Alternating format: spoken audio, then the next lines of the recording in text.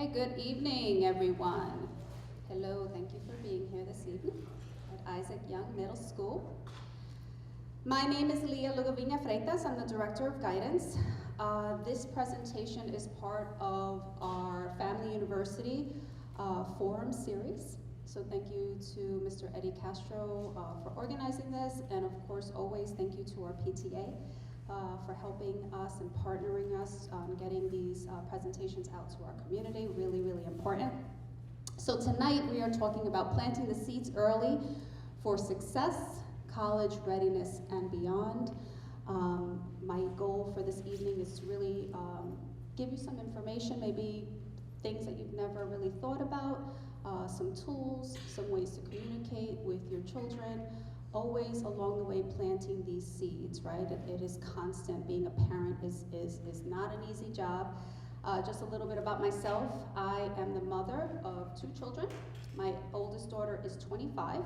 She is in her 3rd year of law school, studying at Tulane University. She studied at SUNY New Paltz as an undergraduate, where she majored in English and Spanish. She double majored. And my son is in his 1st year of college at Penn State University, studying musical theater. So 2 very different children. They're about 6 years apart. I raised them as a single mom for the most part, which was very challenging. Did I do everything right as a working single mom? Absolutely not, but I learned a lot along the way. And one of the things that I'm very proud of as a mother of 2, and whatever role I played in that, is that they have become pretty self-sufficient young adults. So if there's anything that I can say that I'm proud of, is my role somehow in getting them to be pretty self-sufficient young adults. Does that mean they still don't call me for money? Yes, they still call me for money. Yes, they still need me as their mother, they still need their father, but I'm really proud of where they're headed. So, let's go on with my presentation. The time is now.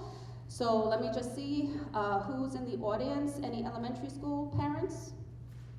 Okay, awesome. Middle school parents? Okay. High school? 1, 2. Okay, all right, so we have 3. That's right. So we have a nice mix, which is perfect. That's exactly what I was hoping for. This presentation is being recorded, so anyone who couldn't attend our meeting in person tonight will be able to see this at home or wherever they choose to watch this. But the time is now, so no matter where you are in the process of raising your child, everything that I speak about this evening can be utilized. All right, so let's talk about what success looks like. So oftentimes people think of success as this straight path, right? Easy, necessarily, not, maybe easy, maybe a lot of luck, clean. But as we know, anybody in this audience can tell you, success, whatever that looks like, right? And that looks like something different for everybody, is messy, right? It comes with a lot of failure, a lot of challenges, and that's a good thing. We want and that's going to be kind of the common theme of this presentation is, we've become a society, and our students in particular have become so afraid of taking risks and failure and perfectionism, very much, connected not necessarily to the outside world and very hard on themselves, particularly during these last few years. And we have to start really spreading the message that it is okay to struggle. It is okay to struggle. My daughter was top of her class in high school, and she took chemistry, and she hit a wall. And she did not know how to deal with it. It really almost traumatized her that for the first time in her career, she really was struggling with academics. And I really had to find a way to help her through those feelings, those insecurities that all of a sudden were popping up for her. And we're going to talk about what I came across as a parent that really helped me. So during this presentation, I'd like for you to think about yourselves, not only as parents, but as our children's first teachers, right? Our children's most important teachers. So the mediocre teacher tells, the good teacher explains, the superior teacher demonstrates, and the great teacher inspires. Okay, so we think about how we want the teachers in the classrooms to be. I want us to start thinking about ourselves in that light as well. Developing 6 good habits. Incorporating academic activities with your child no matter what developmental level they are. For me, it's out of the womb. You start pointing out colors, you start counting, you bring them into the kitchen when they're old enough, maybe they need a stool to start cooking and measuring. So incorporating academic activities with your child in daily activities. This was always a big thing in my home. If not doing homework is never an option for your child, they will always do their homework. It's just not an option, right? In my home, and this is just how I thought, going to college was not an option. My kids were going to college. I took 4 years off before I went to college because to me, it was an option for me. My parents didn't really, even though they were college graduates, both born in 1939, graduated from college, were the first in their family to graduate, they never really pushed me in that direction for some reason. So I took 4 years off, and I think a lot of it was because my parents really didn't instill that in me. So to me, it was not an option, going to college, no matter what that looked like, 2-year, 4-year, even trade school. As your children start to get more independent, start thinking about reducing your reminders of work time, seeing if they can handle that independence. Suggesting tools such as agendas, to-do lists, calendars, events, and I'm talking about early, right? Many of you as parents probably have a calendar in your kitchen, which is a great tool, a great modeling tool for your children. Continuing to ask questions and be curious. So yes, our kids don't want to hear from us, they don't want us to ask us questions, they don't want us to be curious about their lives. So what? You're going to continue to be curious, you're going to continue to ask questions. And then again, practicing pulling away a little. You know, it's like a dance with our children because we want them to be independent and self-sufficient. Powerful statements, planting the seeds to promote connections with the outside world. Saying things like, this is important for you because when you go to college, right, or when you start working, and I'm talking young, I was saying these things to my children at a very young age. And yes, I'm in the guidance world. This is my 25th year in the guidance world, so it was ingrained in me. But there's no reason why, as parents, we can't have these statements as we go along with our children. Asking them a question like, what goes through your mind when you think about your life after graduating from high school? I don't know. You're going to get that a lot. I don't know. All right, well, let's talk about it. Let's look around. Pointing out careers. So we're exposed to people who work in different fields every single day. When I go to the doctor's office and a nurse comes in and she starts taking my vitals, I go, hi, I'm a guidance person. What made you interested in going into this career? What school did you go to? So I ask a lot of questions, pointing out things that people, whether it's in a mechanic, oh, look at that, I wonder how they got into that career. You know, maybe speaking to these people. So developing a sense of curiosity in our students about the world around them and the careers that people are doing on a daily basis. And then developing a growth mindset. Always saying, if you work hard, this will happen. If you work hard. So we're going to talk about 2 things before we talk about that. I wanted to include this slide because I see this in a lot of our students, that they're not, I don't know, and it's not all, you know, this is not a blanket statement, but many of our children just seem unaffected by things, right? They don't seem to be impressed by a lot lately. And I don't know if that's due to the pandemic, I'm not sure where this is coming from, but this really kind of like, it could be, you know, people blame a lot of this on the cell phone, that they're so connected to this device that they don't see anything around them. So I started reading this book recently, which I actually have a copy of. It's a beautiful, beautiful book. It's called The Science of Everyday Wonder. It's a science of awe. The author is Dasher Keltner. Really, really inspirational book. Talks about the 8 wonders of life. Moral beauty being how we get inspired when we see people helping other people. How we may see our older siblings helping our younger siblings. Collective effervescence, which is when people get together as a collective and they do things together simultaneously. It could be as simple as a wave at an athletic event. My parents actually fell in love protesting the closure of a hospital back in the 60s. That was kind of a form of collective effervescence. And then all these other things that we know what they are. But finding kind of awe in our everyday lives, I think we're often forgetting it, even often as adults, I think we forget that. So it's really about connecting with things that are bigger than ourselves. And I think if we point things out in our everyday lives to our children to give them this sense of awe, and that's really about social emotional learning. So we're going to talk about the difference between a fixed and a growth mindset. I'm sure many of you, how many of you have heard about fixed mindset versus growth mindset? Okay, so it's a concept by Carol Dweck, and a fixed mindset, and I did believe this for a long time. I believed this about myself, and probably about my children. I learned about this concept when my daughter was in about 10th grade. My son was in elementary school because they're 6 years apart. The belief that your qualities are carved in stone, that we really can't do much. We can't really do much to change our intellect, right? We give our kids IQ tests all the time. And I think many of us believe that that IQ is set in stone. And what this theory is saying is that's not true. Characters such as intelligence, personality, and creativity are fixed traits rather than something that can be developed. And then there's the growth mindset. So this is a video that I wanted to play about growth mindset.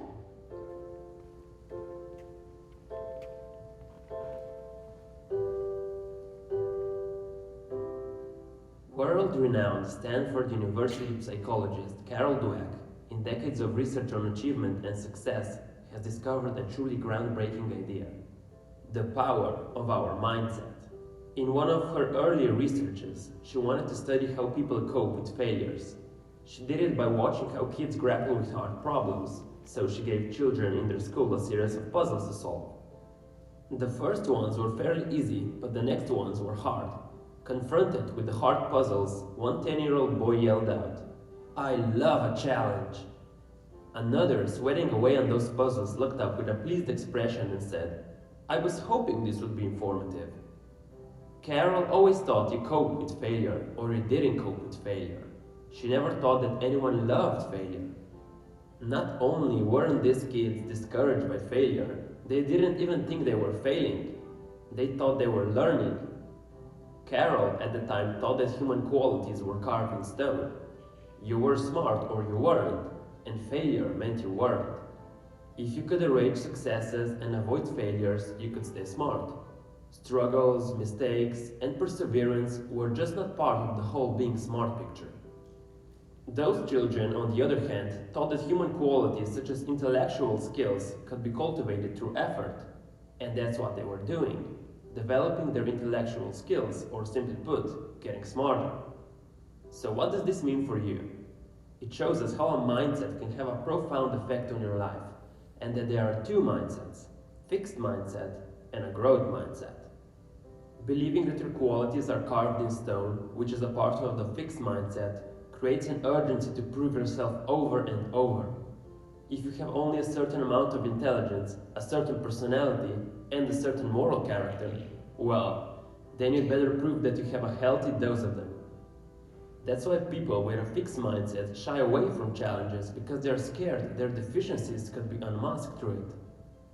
The growth mindset is based on the belief that your basic qualities are things you can cultivate through your efforts. Now, growth mindset doesn't mean everyone has the same talent and abilities. It just means everyone can grow through hard work, mentoring, and perseverance. So why waste your time looking smart when you could be getting smarter? We are slowly conveying these ideas that smart and talented people don't make mistakes and they don't work hard. The most important thing in the world is to be smart, talented, and look that way all the time. What happens is people start narrowing their world so they can succeed within that fixed mindset. But let's take a quick look at the world of sports. Michael Jordan actually wasn't a natural, but he was the hardest working athlete perhaps in the history of sport. It's well known that Jordan was cut from the high school varsity team and he wasn't recruited by the college he wanted to play for, and he wasn't drafted by the first two NBA teams that could have chosen him. Weren't they foolish? Now we know he was the greatest basketball player ever, and we think it should have been obvious from the start. When we look at him, we see Michael Jordan, but at that point, he was only Michael Jordan. So when Jordan was cut from the varsity team, he was devastated, so his mother told him to go discipline himself. Boy, did he listen. After that, he used to leave the house at 6 in the morning to go practice for 3 hours before school. He had the growth mindset. He knew he could develop and improve his skills through hard work, and that's how he became the Jordan we all know today. So what can we do to engrave growth mindset into ourselves and others? Just knowing about the two mindsets can produce incredible results. The other thing we can do is praise more wisely. When we praise people for the process they engage in, their hard work, their perseverance, they learn to stick to challenges. Praising talent, on the other hand, makes them vulnerable. When we tell someone, "You did that so quickly, I'm impressed," they hear, "If I didn't do it quickly, you wouldn't be impressed." Or, "You got an A without working, you're so smart."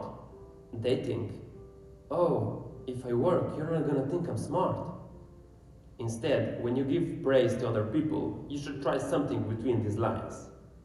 "I like the way you tried all kinds of strategies on that math problem until you finally got it. You thought of a lot of different ways to do it and found the one that worked." This way, you praise hard work and not the so-called talent. Also, telling people they are smart is one of the biggest mindset crimes you can commit. In one study, they actually found out that telling people they are smart lowers that person's IQ. Here's a common question about the mindsets. Can you have both mindsets? Many people have elements of both. You can have different mindsets in different areas. I might think that my personality is fixed, but that my intelligence can be developed. Or that my social skills are fixed, but my creativity can be developed. Carol found that whatever mindset people have in a certain area, that mindset will guide them in that region. You have a choice. Mindsets are just beliefs. They're powerful beliefs, but they're just something in your mind, and you can change your mind. So try your best to put yourself in the growth mindset every time you face a challenge. That way, you will be better than yesterday. Thank you for listening. If you enjoyed the video, please hit the like button. So that had such a profound effect on me as a mother that I wanted to give the book away tonight to a lucky person. So, anyone here have a birthday that's in March? What'd you say? What'd you say? Your brother-in-law is in March. So nobody in the audience has a physical birthday that's in March? Your son has a birthday in March? I think that trumps a brother-in-law. All right, I'm gonna give it to you. When's his birthday? Oh, okay, all right. My birthday's March 29th. That's why I did it. Maybe he could do a what you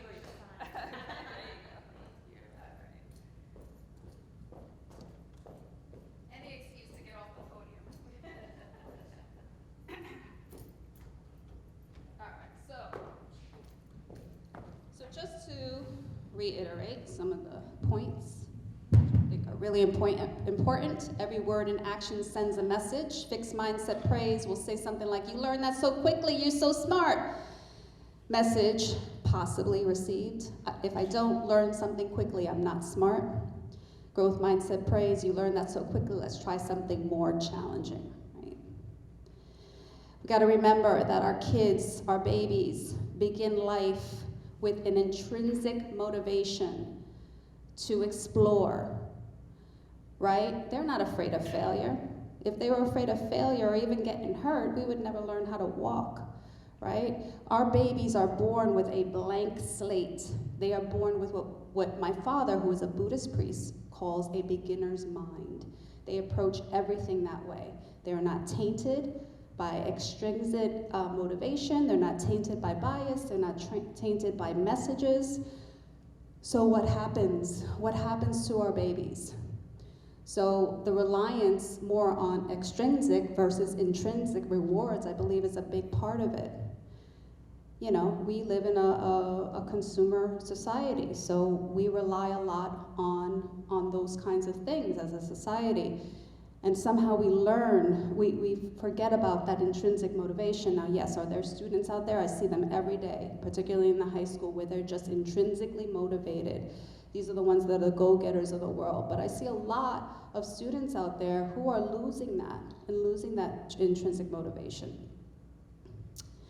And I think part of the problem is that the fear of failure and the fear of struggle and challenges.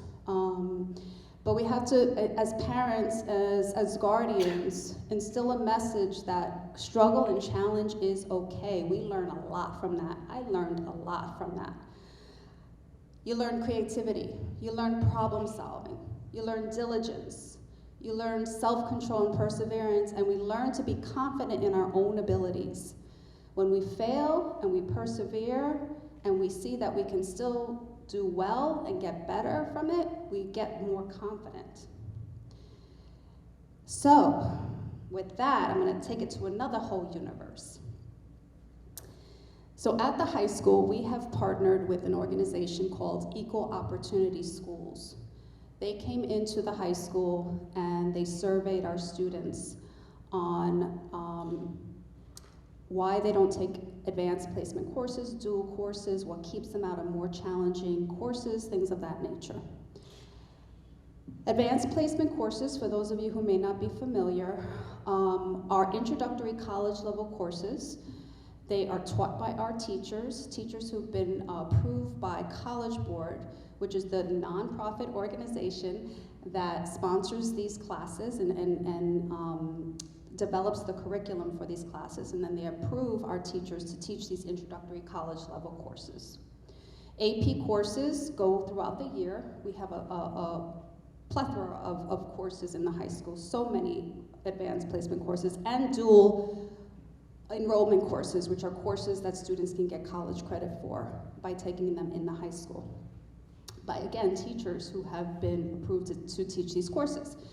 Advanced placement courses specifically end in an examination in May, and they are scored anywhere from a 1, which is low, to a 5, which is a perfect score on the AP.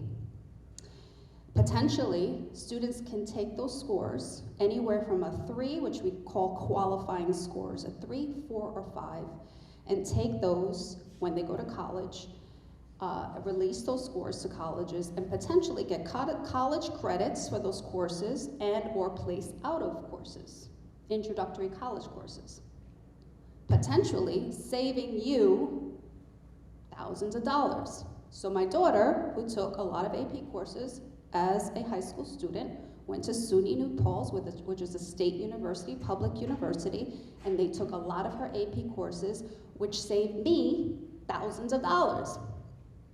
Okay, so with all that being said, we are trying to encourage more of our students, particularly our students of color, our low-income students of color, to try these AP courses. Our philosophy in the high school is we want it to be more open. We don't want boundaries for these students to take these courses. So this Equal Opportunity organization came in and surveyed our students to figure out what was keeping them out of these courses. And the two things that came up, a lot of things came up, but the two things that I want to focus on here is adult encouragement, both at home and at the school, and the sense of belonging. They didn't necessarily see themselves in those courses.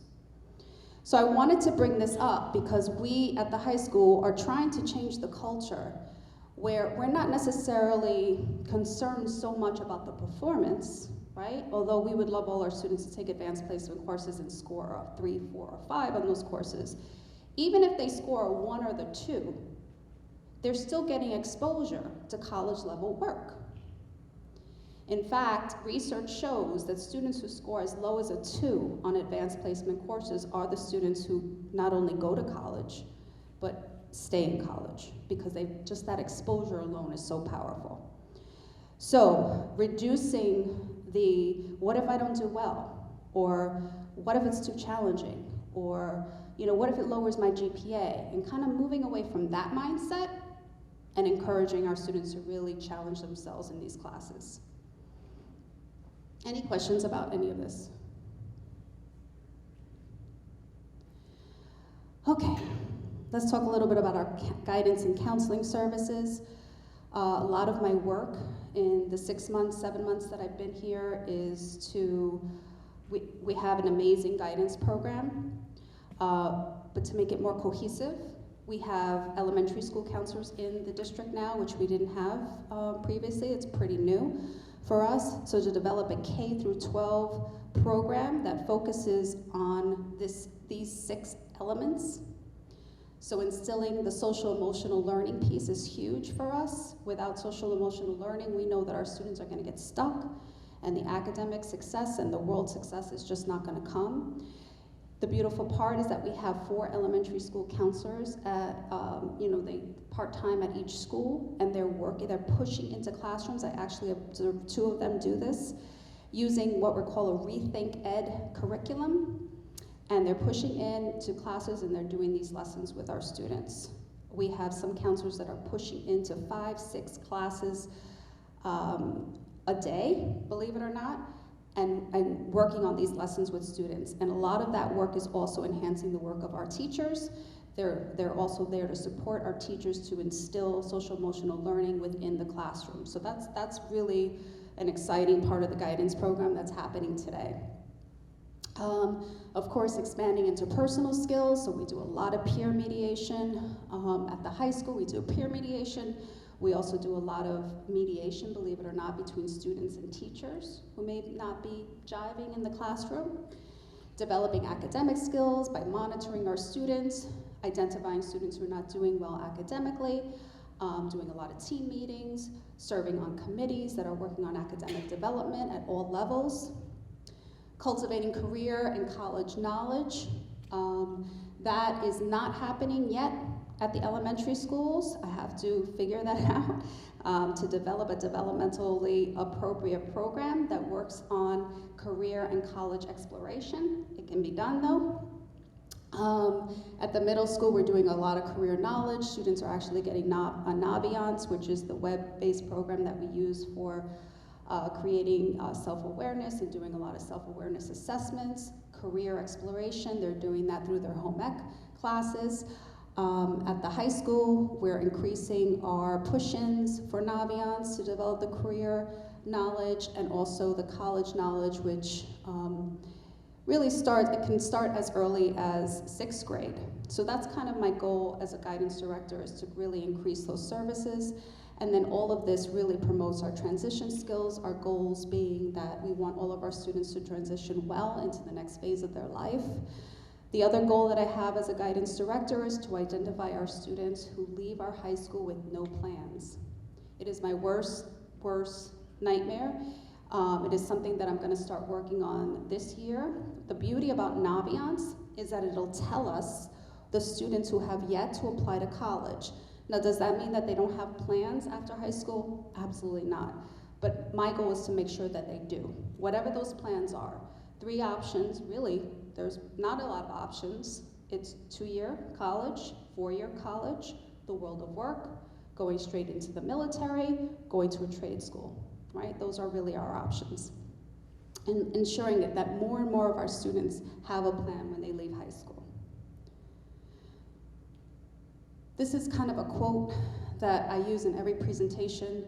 I think it's a great quote, and this is really our mission, that college readiness is not the belief that every student will go to college.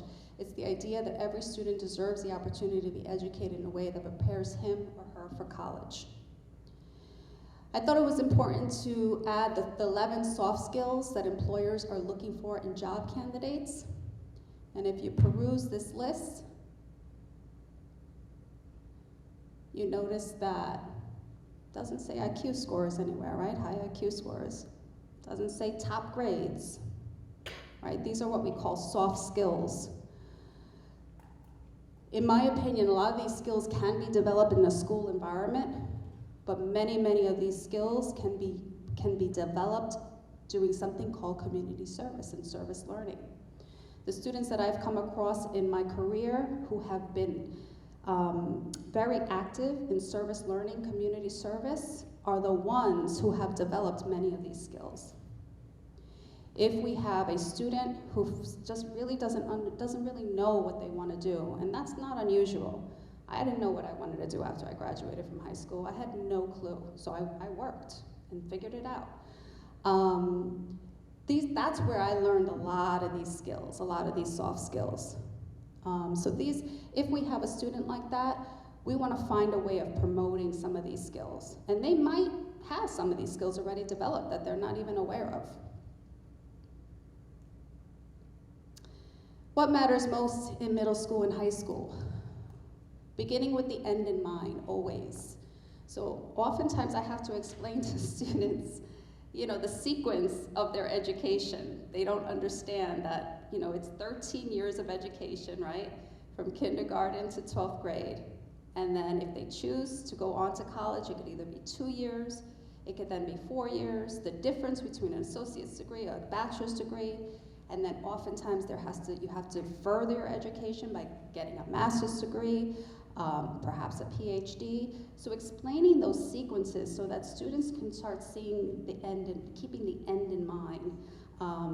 Oftentimes our students are just, and we are, even as adults, just going through the day robotically, not really understanding why we're doing what we're doing and what is the ultimate goal. So I think that is a huge mindset to instill in our middle school and high school students. Beginning with the end in mind. Always have goals. Always keep to-do lists. Utilizing a planner. So I have observed counselors, and the first thing that they do is, let me see your notebook. Do you have a planner in your book bag? And oftentimes students, they have a notebook, their notes are all over the place, or they have no notes at all. They certainly don't have to-do lists, and they don't have a planner. So I've watched counselors kind of counsel students through this and then pick up the phone and call whoever is at home and say, I just looked through the notebook of your son or daughter, there's no planner, and working with the family to get that done. And if there's an affordability piece there, finding a way of maybe getting those materials to the student. Time management. In your packets, I gave you a time management diary. This is your homework. To take this home. You could do it yourself, with your child, for yourself. And then have your child do it. Be a great exercise to do. And if anybody's watching this presentation and they want a copy of this time management diary, you can reach out to me. I'm at the high school. My email is llfreitas, Freitas, @nredlearn.org, and I will send you a copy of the time management diary. I think it's a great exercise to do with your students. Earning good grades, why? Because earning good grades in middle school give you the foundation skills that you need to earn good grades in the high school.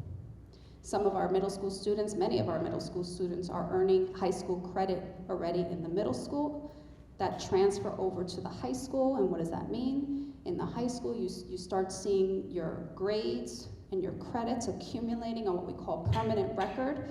That permanent record stays with you forever. We have to keep it in the high school in perpetuity, meaning we have to keep it pretty much forever. So we have people calling us on a daily basis in the guidance office who have graduated from high school in the 60s asking for their transcript because someone, probably an employer, is requesting to see their transcript. They want to see how they did in school back in the 60s. They really want to see that they graduated. But this is how important it is. And getting good grades, so these are things that stay with you forever. Getting the best grades that you possibly can is important. Extra and co-curricular activities. So our extracurricular is a difference. Extracurricular activities are those activities that students do because they're passionate about those activities. They like them, it's something that they're interested in. Co-curricular activities, I like to think that they do them also because they're interested in them, but co-curricular activities are those activities that are more connected to careers. So oftentimes our students will do things in the summer, maybe a science program, maybe a writing program, an engineering program, to expose themselves to a specific career. So those are co-curricular activities. And then again, participating in service, which not only enhances all the things that I talked about before, but is a very good resume building. Building your resume, starting in high school, is extremely important by putting things that really make you stand out amongst your peers. Maintaining or developing good sleeping habits. I've added that in because that's huge. Our students are not sleeping enough. If we have to instill that habit early, let me say that again. We need to instill that habit early and make sure that that habit stays in place through high school. Our kids are coming to school tired. Middle schoolers coming to school tired, they're not getting enough rest. It's huge. Our brains do not develop without enough sleep. And of course, nutrition. How we measure success. So again, your involvement with your child is the major key to their success. Parent conferences, so we hear this often. Elementary school parent conferences, parents are gung-ho, place is packed. Middle school, still maybe a little, motivated to attend parent conferences. High school, not so much, and I'm not gonna judge because I was probably the worst. I barely attended parents' conferences. I worked like most of you work, and it was really, really, really difficult to attend. But we have something called home access that I didn't have as a parent, which is the ability for parents to log into our school system, our e-school system. If you have an email attached to the school, everyone has a username. Tricky part is being able to log into it. So I'll start with the high school. The high school and middle school, I believe, are similar in that you would have to contact at the high school, your home. We have house secretaries, so we have 4 houses in the high school. And you would have to contact your house secretary in order to get your username, which is automatically in the system. They can look that up, and then reset your password so that when you log in, it prompts you to reset it. That will give you access to attendance and grades for your child, so you can see that on a daily basis. Middle school is similar. Elementary school, I'm still learning. I'm not sure how they do it in elementary school, but you do have access to home access. Just have to figure out how you get your username and your password at the elementary schools, which we know we have multiple elementary schools. Progress reports and report cards, monitoring that. You get feedback from the schools every 4 weeks. This is a sample timeline of when those things come out in the high school. Of course, your homework, students completing their homework, which is not happening as much as we'd like to see. It's usually a percentage of the grade, and then attendance is crucial. Attendance, we're working really hard to identify our students right now who are chronically absent. Students who are chronically absent, generally speaking, do not do well in school because of they're not, gaining access to the work. So that's really, really important. Those are how we measure success at the middle school and the high school. Okay, in summary, beginning with the end in mind, always. Keeping a daily, monthly calendar with goals. Having your child write things like, very concrete, today I will learn something new, and then come home and report on it to you. Today I will start the paper that is due in 2 weeks. Today I will go to extra help. Today I will organize a study group with my peers. So these are just some examples of goals that students can set for themselves. Motivating not to fear challenges or failure and maintaining a growth mindset. And being intentional about finding awe moments for yourselves and for your children. And that is my presentation to you tonight. Thank you for your attention. Here is a survey which you can actually scan.